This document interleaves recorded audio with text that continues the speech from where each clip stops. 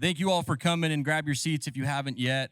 Today we put together this panel for the World Ag Expo, really talking about navigating the nut market and what we're seeing here for the 2024 year and beyond. We've brought together a panel of really industry experts with Mike Fenn, with the California Almond Board, and American Pistachio as well. And so we really want to navigate, and we'll have some time at the end for some questions from the crowd as well. But we're going to hopefully cover through a lot of topics today about what we're going to see here for 2024. So as we get started, I am your moderator. My name is Sam. I work here at the Ag Center. But we'll go ahead and have everyone else introduce themselves. Joel, do you want to start? Sure. Joel Nelson, the interim CEO of the American Pistachio Growers Organization. I was fortunate enough to be asked to come help them through a transition period in the end of November, and it's being, not was, is going, it is being a wonderful experience. So looking forward to this. Hi, I'm Josette Lewis, the Vice President and Chief Scientific Officer for the Almond Board of California. And I am Mike Fenn. I'm the Director of Sales at the Almond Company. Been at the Almond Company for about 10 years now. As we sit up here today, each of you guys kind of have a different background, with from the processors to more grower-led organizations. It's no secret that we're seeing downward pressure in the nut industry. What are you guys seeing for 2024 coming in? I know I talked to Joel briefly. He said since he's joined, they've had 2 price hikes in the pistachio market, so big win for him. But what are you guys seeing across the board in your respective areas for 2024 for growers? Well, from the pistachio perspective, we're witnessing a tremendous size crop for 23-24. It's over 1.5 billion pounds that is anticipated, and we're going to sell it. There's no question about it. 70% of it's going to go export, and I'm starting to look at the 24-25 crop. We're expecting all this rain to enhance the trees and their ability to produce leaves, produce nuts, just like this last year did. So there's always challenges in the future. You've got to be able to identify them and then work around them. I'm looking forward to that.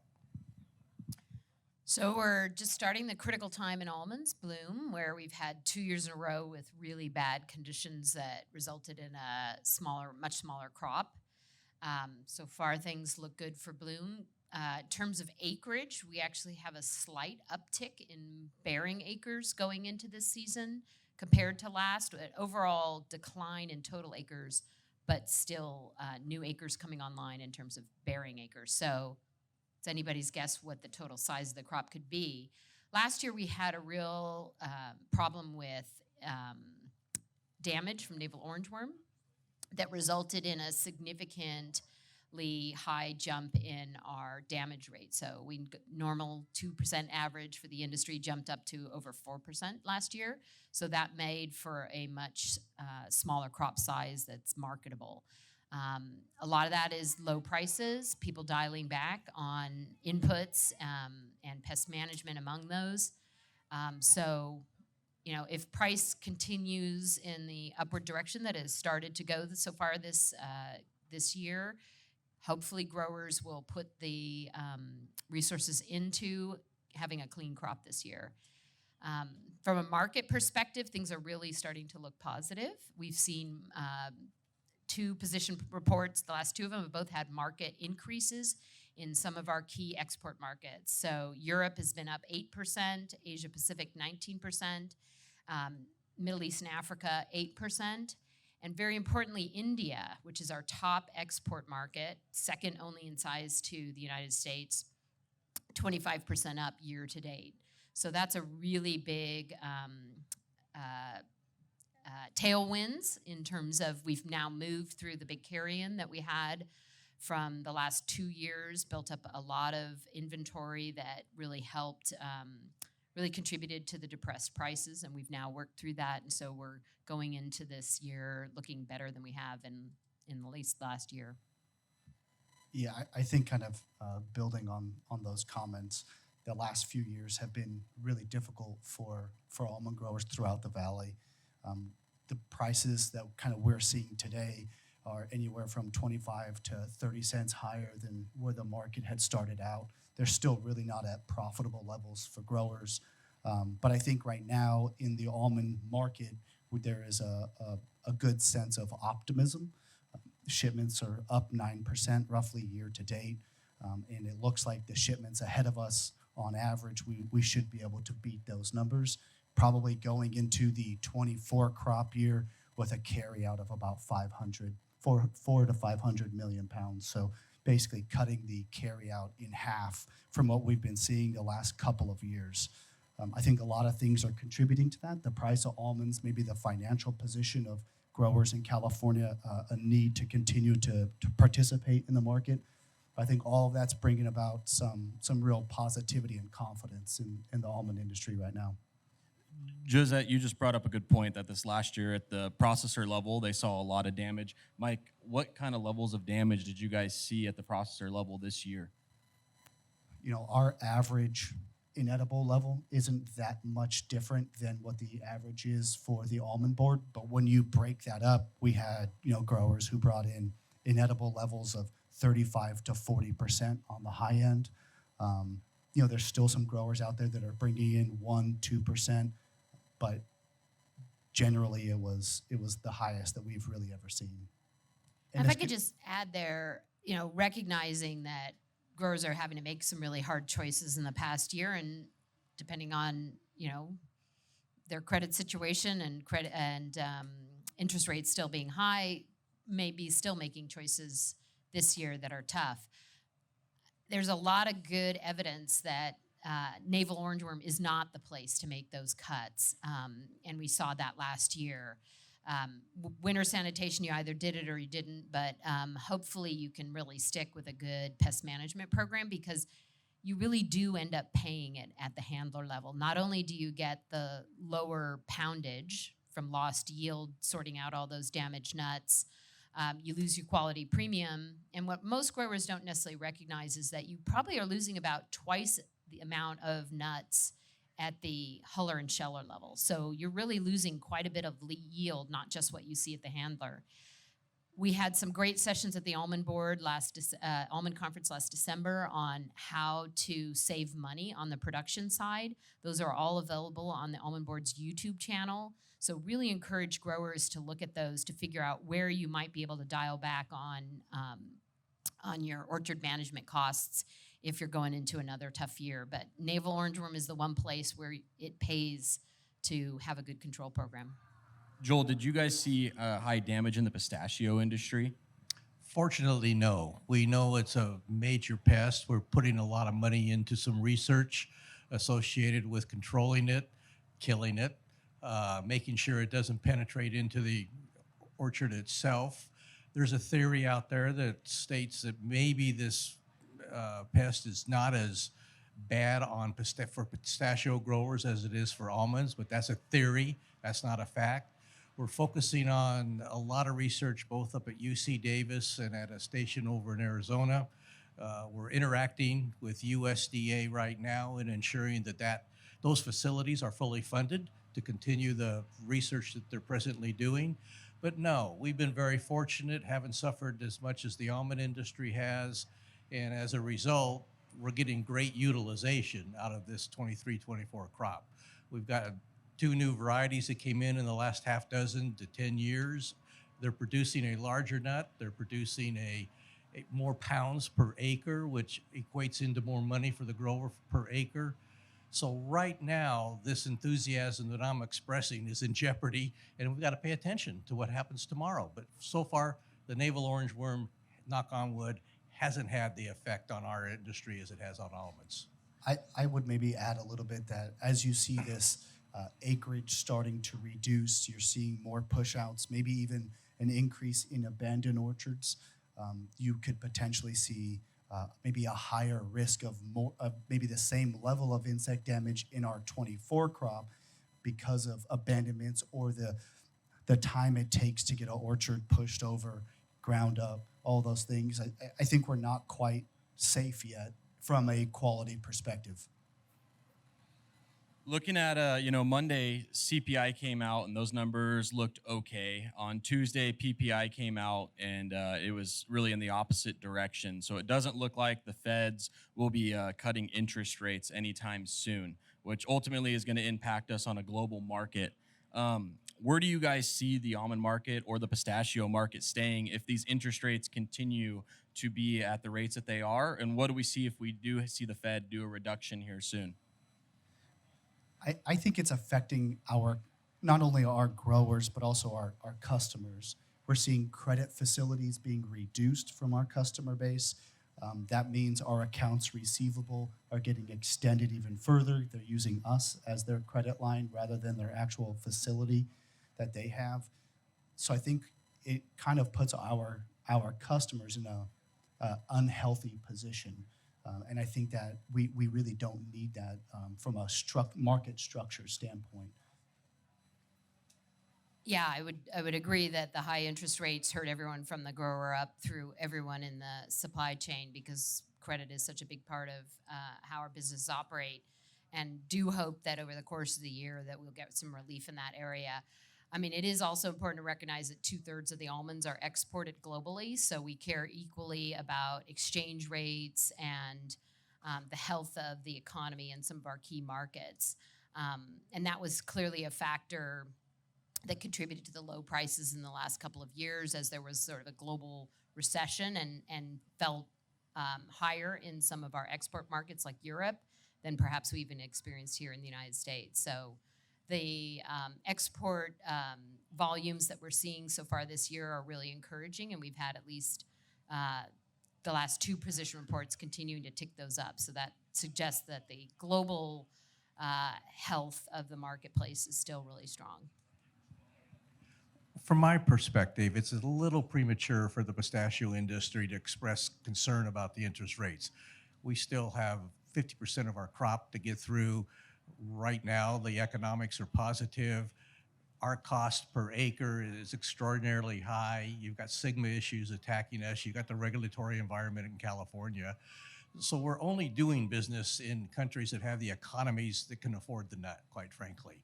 And that's not every place around the world. So we're focused on what we believe, where we believe we can stimulate more demand, maximize our sales, and hopefully continue to create the growth in those particular markets. So we're targeted. If you ask me this question in about 4 months, I might have a totally different answer. But right now, that is not the biggest concern that we have. I think another factor that interest rates are playing is really the way that our customers are behaving. If you look at the commitment levels, basically compared to January of last year, commitments on the book in California are down 24%.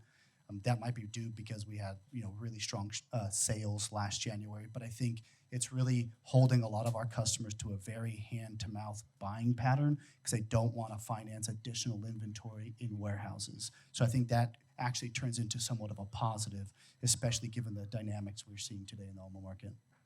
Josette, you brought up a little bit about trade. You said trade looks like it's actually increased.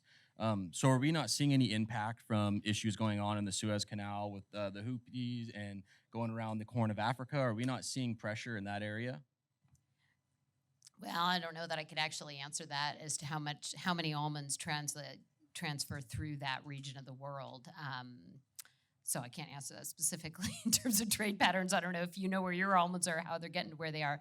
Definitely, ocean shipping is the means of export of almonds from California around the world. So they're all on ships. How many of those ships go through the Red Sea and that Gulf of there, I can't answer. We're seeing maybe just a rerouting of product. So there was the port of Jeddah in Saudi Arabia basically was closed down for a period of time because the only way you could get there is through the Red Sea. So instead of that, we're going into basically a northern port in Saudi Arabia, or you're seeing a lot of cargo get routed to the UAE, put on trucks, and then being delivered. So I think the product is going to get where it needs to go. People are just going to have to find creative ways around it. I think what's more top of mind for us is the issue at the Panama Canal. Panama has been going through a pretty severe drought, and that sounds like it's going to limit capacity through the Panama Canal at some point in time. So that, I think, probably means more to all of our industries than what's really happening in the Middle East at the moment. With Joel, I don't know, you have something to add? Well, here again, in our particular case, we're not raising any alarms relative to the Suez. There's a competitive producer in that general area so we stay away from that. Most of our tonnage, we're focused on the EU, we're focused on China, Southeast Asia, and we're focused on, I just forgot the other area, we're focused on India. And so that's not really a dynamic that is going to adversely affect us to a great degree. We can work around it. With a lot of trade going international, what are we doing for domestic consumption increase in the United States? I mean, it's a good option for almonds, it seems like. We need to increase it here. Yeah. What are we doing for that?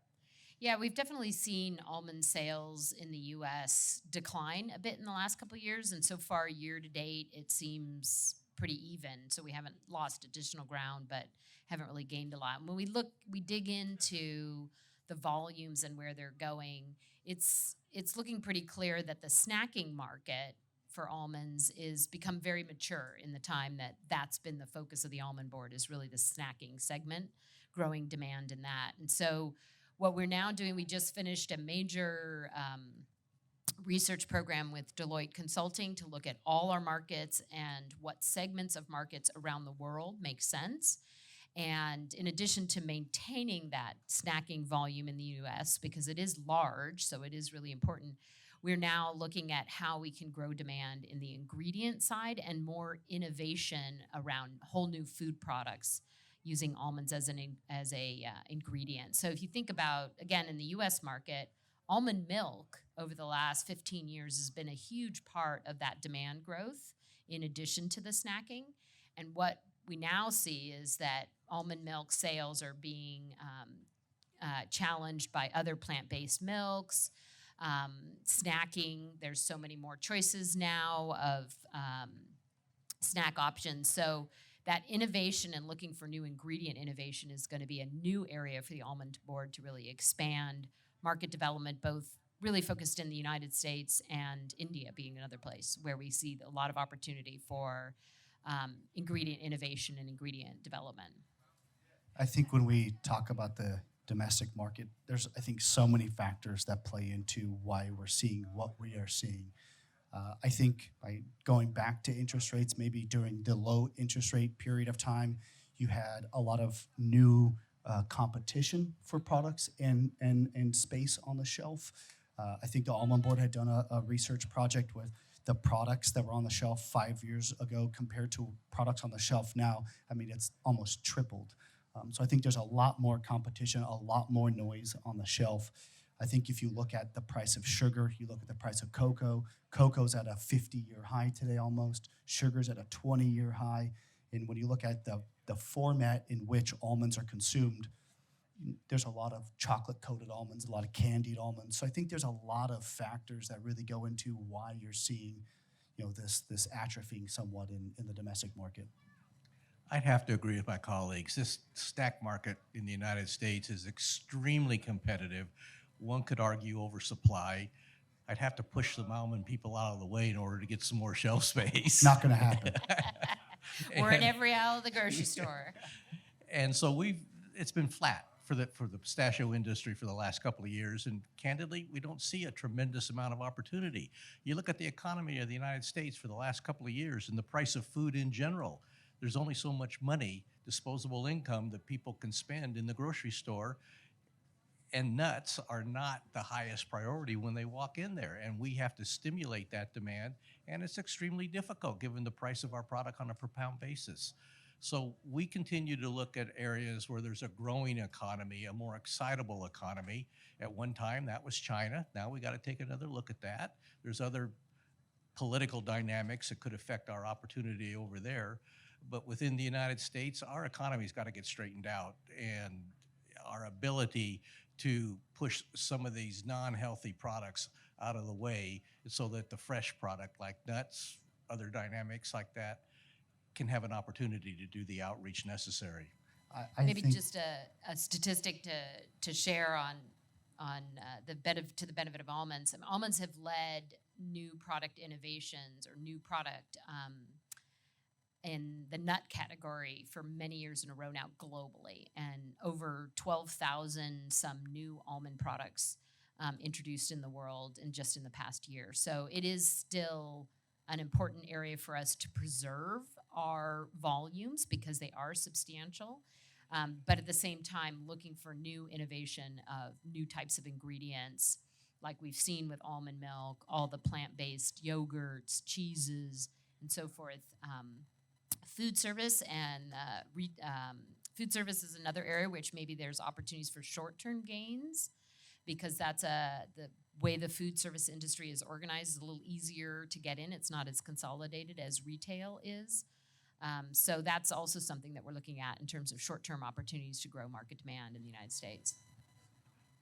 You know, I've got to echo that comment. All I've ever worked is in the fresh produce industry. That's been my whole career, whether it be in Southern California or with the citrus industry for 40 years and this stop over here in the nut industry. The almond industry has been one of the more innovative commodities that we have witnessed in a produce department. And so we can follow that, and then we can get innovative as we get closer to it, and that's what we're going to try to do. Last night, I was at a cocktail party, and guess what? There was a pistachio whiskey. I got to find that location and the source for that. It was good. I think the elephant in the room for the almond industry is really the price disparity also between the grower return and what the retail price for almonds is. Last year in the 22 crop, growers basically averaged $1.50 across the board. You go into retail stores, depending on where you go, Costco will probably be the cheapest. They're $3 a pound. Any other, competing retailers probably closer to $7, maybe $8 a pound. So I think that spread needs to be addressed. I don't think we really have any control in that ourselves, but over time that should change and hopefully help drive a little bit more consumption in the U.S. domestic market when that spread gets more realistic, closer to what growers are really being paid. That's probably one of the biggest headwinds, in my opinion, for the U.S. domestic market at the moment. It seems like we've seen a lot of consumer change in their diet, one, because of economics, wallet share at the grocery store, but two, we're in a different way of life today, post 2020, right? We have a lot of work from home jobs. Josette and I were talking a little bit earlier about how the diet has changed. Almonds are a great option to bring in the car. They're a great option to have in your office, but now you're at home. You can go to the refrigerator, go to the cabinet, you can cook yourself a full meal. What are the industries doing to combat that consumer trend? Well, yeah, we did a lot of analysis to try to understand why the U.S. market was declining, and that was definitely a factor. As you can go and grab a yogurt or a piece of fruit, something that you wouldn't have in your office as conveniently. We do believe that almonds still have some essential qualities that differentiate themselves as an ingredient, and really leaning in to the ingredient market with things like shelf stability and utility. I won't throw any other nuts under the bus here, but almonds' 2-year shelf life is a major advantage for a food company who is going to want to understand their inventory management systems for ingredients, and the cost of having cold storage versus something that's shelf stable at ambient temperatures is an advantage that differentiates almonds. So as we expand our trade marketing, we think that those kind of qualities will come back to the fore and really help us continue to grow innovation in the ingredient side. What you have going on, in my opinion, at the produce department, shoppers walk in there and they're looking for something.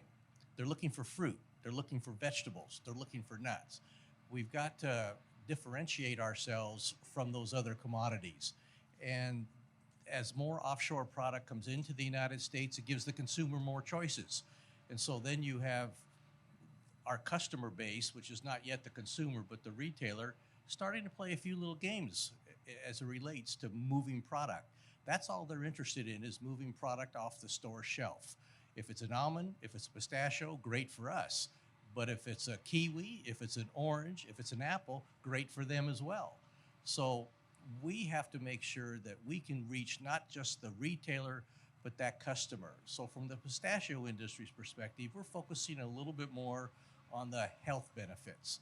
We've done a lot of work in nutrition. We've done a lot of work with that community and getting them to become spokespersons for us, not only in the United States, but around the world. So we're trying to carve out our identity as the healthy nut, quite frankly. But the idea is to differentiate ourselves from all those other choices that the consumer has in that produce department. And we've got to do a better job of that, a more aggressive job of that.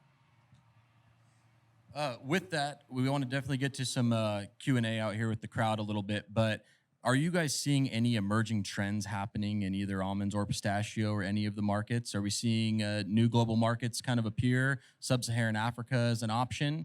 What are we seeing in the emerging trend area? Well, I got to go to my notes here. So when we did this analysis with Deloitte, we did look at new markets as opportunities. In addition to the ones that we have today, we will refine sort of our focus within Europe. But markets like Brazil, Indonesia, Philippines, and Turkey, before they put tariffs in Turkey, those are areas where we think there may be growth opportunity because of the size of the population, the rising middle class, and some areas of cultural preferences around consumption where we think there's opportunity for growth. Again, these are in places like Indonesia, one of the most populous nations in Asia after the big ones that we all know, China and India. You also have this is the world's largest Muslim population. You have a little bit of that cultural connection to almonds that we see as such a huge driver in a place like India. So there are new markets that we will be exploring as we go forward in our global marketing programs. I think you're also seeing places like India.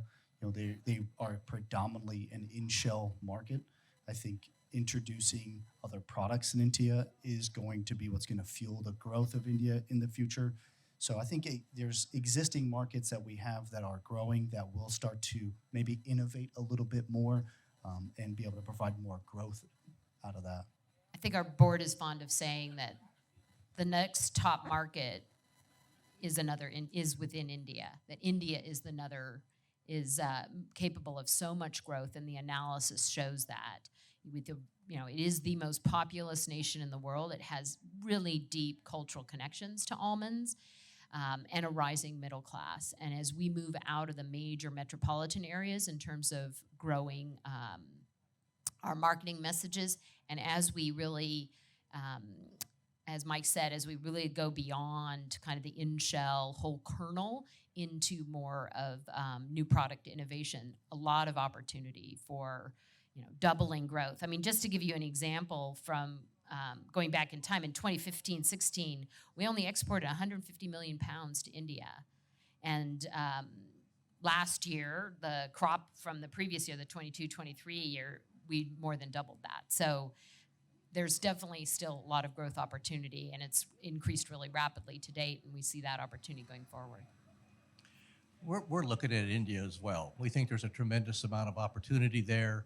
The last 2 years, you've seen doubling of growth, but if you start from zero and then double that's a small amount of tonnage, but we're looking for a good explosion there. In China, there's great opportunity there. The problem we've got, I think it's a collective problem, is when Washington makes noise about the indiscretions existing in China, they tend to irritate the government over there, and the government imposes tariffs on isolated products.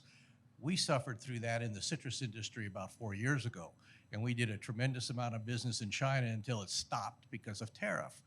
Last month, we sent a communication along with a bag of pistachios to some leadership in Washington, D.C., suggesting that they temper the dialogue a little bit because of unintended consequences, meaning China will throw tariffs on it. We're taking a look at South America. It's not real promising, although there are a couple of countries down there that could be an opportunity for us, and we're staying the course in the EU. It's a good market. They like the nuts that we provide.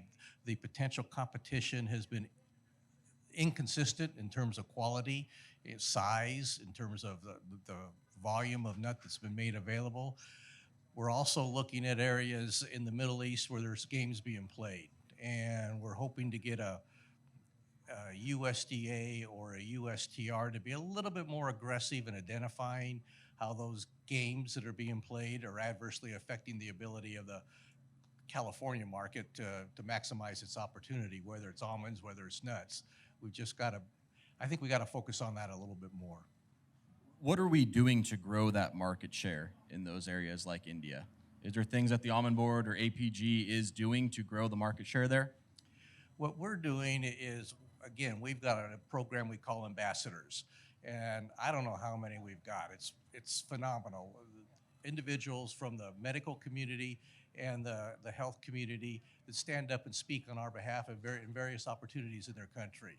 We've identified a number of agencies that can target these opportunities to have spokespersons in attendance. And then we're putting in some advertising programs. One of the things that we're starting to talk about internally is it's not important how many impressions you have. It's not important how many ads you place. What is important is the return on investment that you're getting out of that. And so we're taking a look at calculating what value we're getting from the marketing channels that we're using. And as a result, we're redirecting some of the money. And it's a big pot that we're able to spend. The industry continues to be very focused on maximizing their marketing opportunity and very supportive of the efforts that we're doing, but we're obligated to give a return on investment. And that's what we're trying to identify better in some of these countries that we're presently selling in. So we have a huge marketing program in India. It is a major area of focus as our second largest market overall and our largest export market, and across a very broad range of channels. We just had a campaign recently associated with the World Cricket Championship. Cricket is a incredible phenomenon in India, if you're not familiar with that. You know, probably sort of like our Super Bowl here in the United States. So we had television ads and a lot of other kind of advertising related to that. We definitely do a lot of social media, but even conventional TV ads in India. We have a really very active nutrition research program focused on India. We do research in India related to the health benefits of consuming almonds.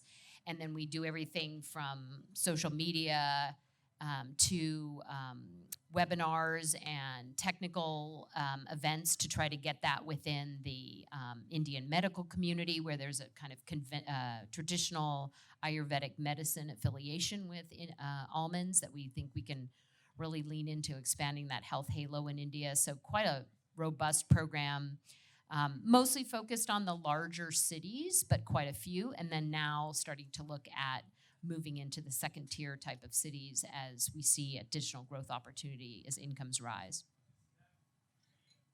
I appreciate that. Do we have any questions from the crowd? I had a question for Josette. I'm no means a chemist expert, and so I'm curious there's a lot of talk about reduced orchard management practices in the neighborhood.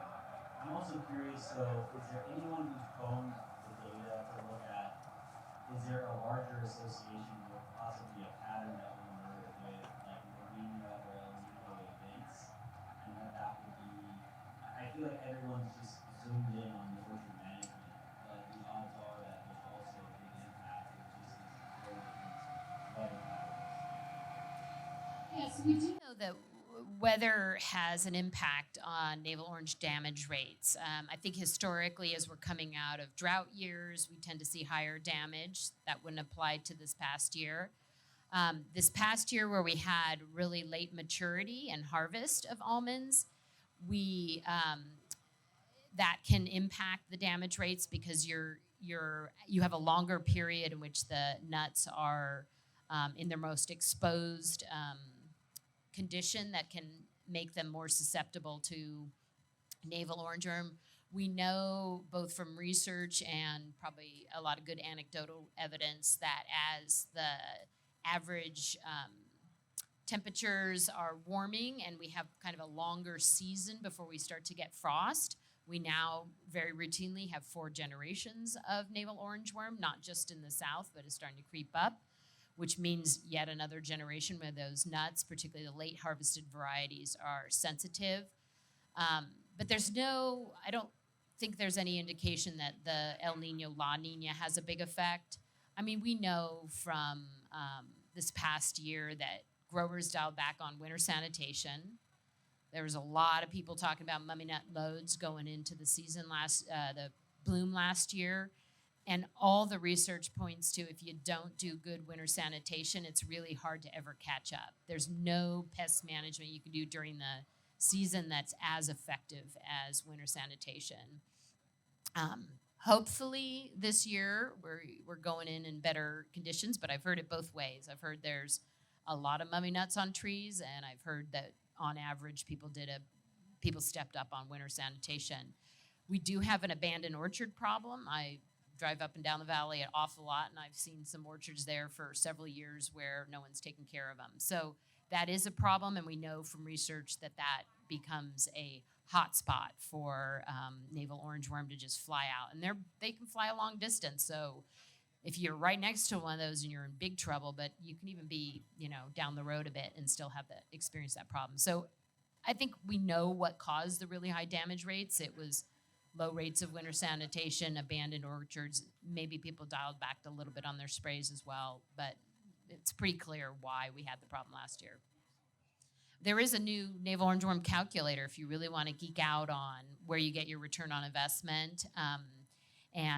You can, if you can't find that, come and talk to me.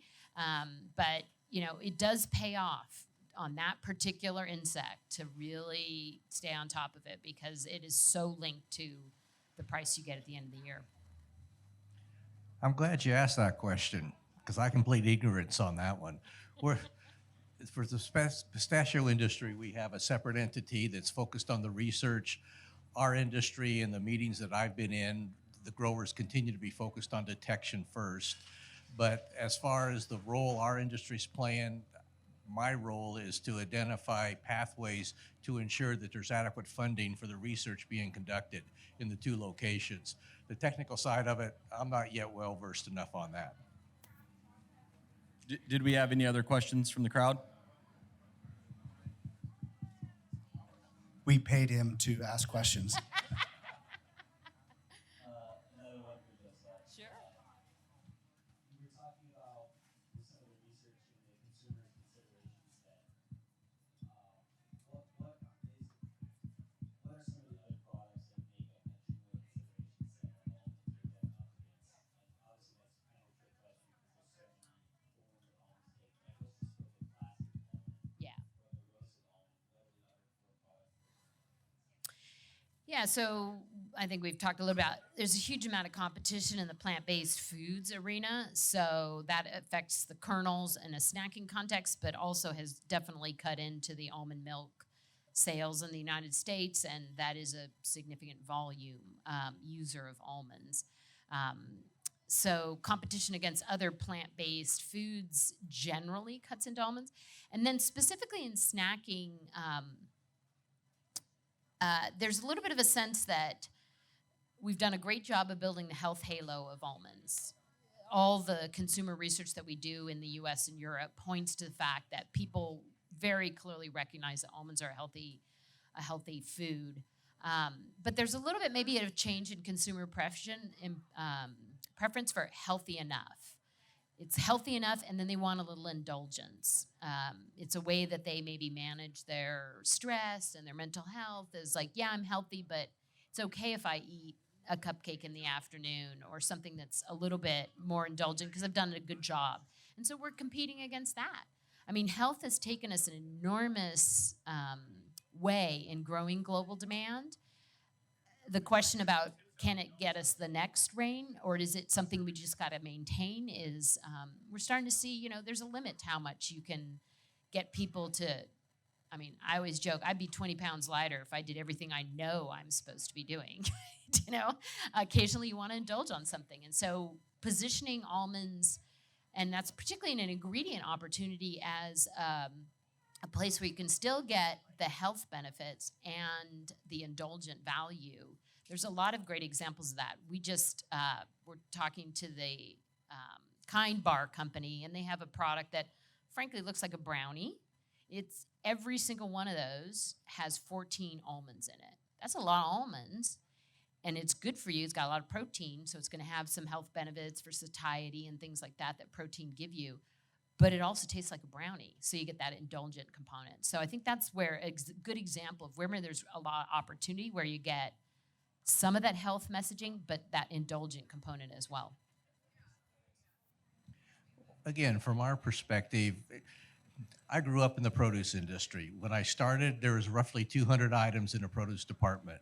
When I moved to the citrus industry, there was roughly 250 to 300 items. When I left the citrus industry, there was roughly 425 items in a produce department.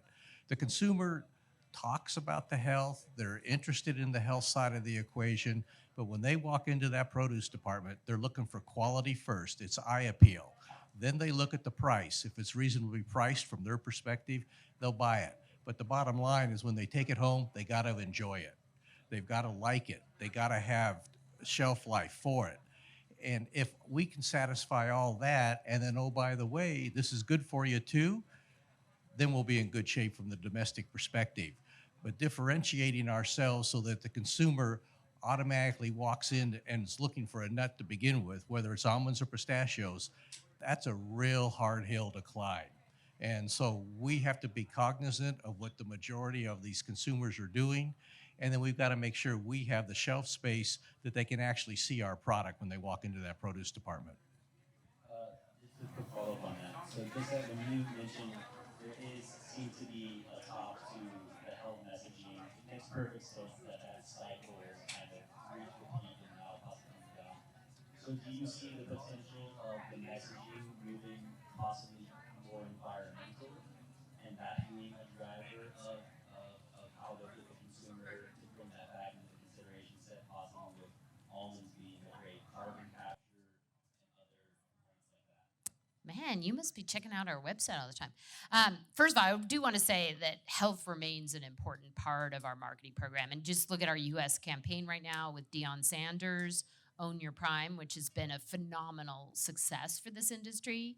We can't bring it back to volume sales because that's really hard to attribute. But if we look at metrics beyond impressions, we're still getting enormous value. And that's really built on this guy who I know from when he played football, who is now the coach of the University of Colorado football team. And he remains in his prime.